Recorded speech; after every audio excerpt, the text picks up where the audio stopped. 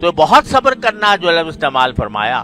دعا میں کہ بہت صبر کرنے والا بنا دے، تو اس کا مطلب یہ ہے کہ صبر ایک حال سے منتقل ہو کر مقام بن کہ وہ طبیعت ثانیہ بن، اللہ کی خاطر اپنے نفس کو کچلنا یہ ایک طبیعت ثانیہ بن، یہ مقام ہے صبر کا، وہ اللہ تعالی وہ مانگ رہے ہیں سرکار دو عالم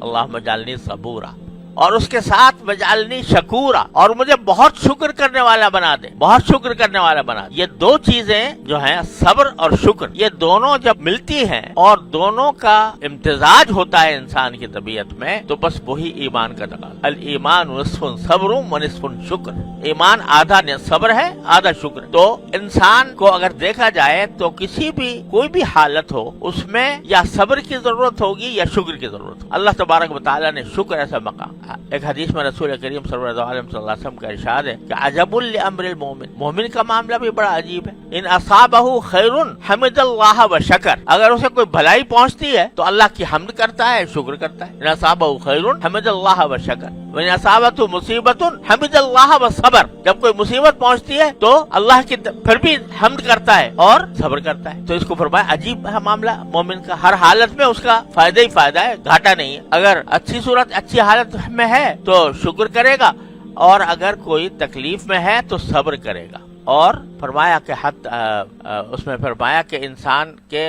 کسی بھی حالت میں مومن کا اجر، ہر حالت میں مومن کے لیے اجر ہے، حتی فی اللقمۃ التی یرفعها الی فی امرأتہ، یہاں تک کہ کوئی لقمہ اٹھا کر اگر اپنی بیوی کے منہ میں دیتا ہے تو اس پر بھی اجر ہے۔ بظاہر تو یہ دنیا داری کا کام معلوم ہو رہا ہے، کھانا پینا، بیوی کے منہ میں لقمہ دیا تو یہ ہے تو بظاہر دنیا کا کام، لیکن سرکار دو عالم صلی اللہ علیہ وسلم فرماتے ہیں اس پر بھی اللہ تبارک و تعالیٰ کی طرف سے اجر ہے۔ تو عجیب معاملہ، اس کو فرمایا عجیب معاملہ ہے مومن کا کہ کسی بھی حالت میں گھاٹا نہیں۔ اب ذرا اس حدیث میں ایک اور بات پر غور فرمائیے کہ دو حالتیں بتائی نا حدیث میں، ایک یہ کہ نصابہ خیر حمد اللہ و شکر، اگر اس کو بھلائی پہنچتی ہے تو اللہ کا کی حمد کرتا ہے، شکر ادا کرتا ہے، یہ تو سمجھ میں آ گیا۔ آگے نصابت مصیبت، اگر کوئی مصیبت پہنچ جائے اس کو تو حمد اللہ و صبر، اس کو بھی حمد کرتا ہے، اللہ مصیبت کے وقت میں بھی حمد کرتا ہے اور صبر کرتا ہے۔ بظاہر تو وہ تکلیف میں ہے انسان اور پریشانی میں ہے، مصیبت آئی بھی ہے، کوئی دل طبیعت کے خلاف بات ہو رہی ہے، تو وہ تو موقع صبر کا تو خیر سمجھ میں آ گیا، صبر اپنے آپ کو باندھ کے رکھے، اللہ کی تقدیر کے اوپر راضی رہے، اس کو شکوہ اللہ تعالی سے پیدا نہ ہو، یہ بات تو سمجھ میں آ جاتی ہے۔ لیکن حمد بھی کرے اللہ کی حمد بھی کرے اور صبر بھی کرے اس وقت، ارے بھائی حمد کس بات پر، وہ تکلیف ہے، پریشانی ہے، غم ہے، صدمہ ہے، لیکن ہمارے حمد کرے اور صبر کرے۔ تو بات دراصل یہ ہے کہ جب اللہ تبارک و تعالیٰ کی طرف سے کوئی چیز پہنچتی ہے، چاہے وہ تکلیف دہ ہی کیوں نہ ہو، حقیقت میں وہ بھی نعمت ہے اللہ تعالیٰ کی، حقیقت میں وہ بھی نعمت ہے اللہ تبارک و تعالیٰ۔ کیوں ہے؟ اس لیے کہ ہر مصیبت پر بندے کو کی یا مغفرت ہوتی ہے یا درجات میں اضافہ ہوتا ہے، یہاں تک کہ حتی الہم یہمہ، کہ اگر کسی کو کوئی فکر لاحق ہے اس فکر کے اوپر بھی اللہ تبارک و تعالیٰ کے ہاں سے اجر ہوتا ہے۔ تو لہٰذا وہ مصیبت بھی حقیقت میں کیا ہے، وہ نعمت ہے، کیونکہ ایک نعمت اس طرح ہے کہ اللہ تعالیٰ اس پر اجر عطا فرما رہے ہیں۔ ایک حدیث میں رسول کریم صلی اللہ علیہ وسلم نے ارشاد فرمایا کہ بعض اوقات ایک بندہ ایسا ہوتا ہے اللہ تعالیٰ اس کو کسی خاص درجے تک پہنچانا چاہتا، اونچے درجے پہنچانا چاہتا، لیکن اس کے اعمال ایسے نہیں ہوتے کہ وہاں تک پہنچ جائے، اعمال ایسے نہیں ہوتے کہ وہاں تک پہنچ جائے، تو اللہ تبارک و تعالیٰ اس کے اوپر کوئی مصیبت بھیج دیتے ہیں۔ تو اس مصیبت کی وجہ سے وہ جو اس کی کمی رہ گئی تھی،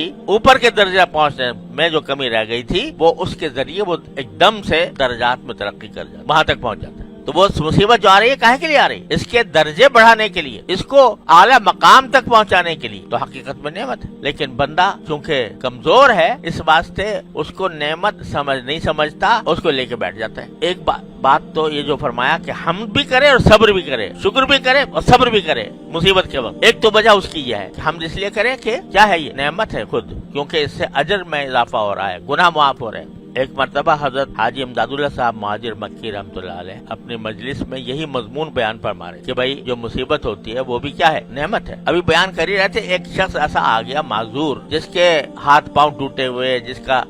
دیکھا نہیں جا رہا، اس کی حیات جو تھی وہ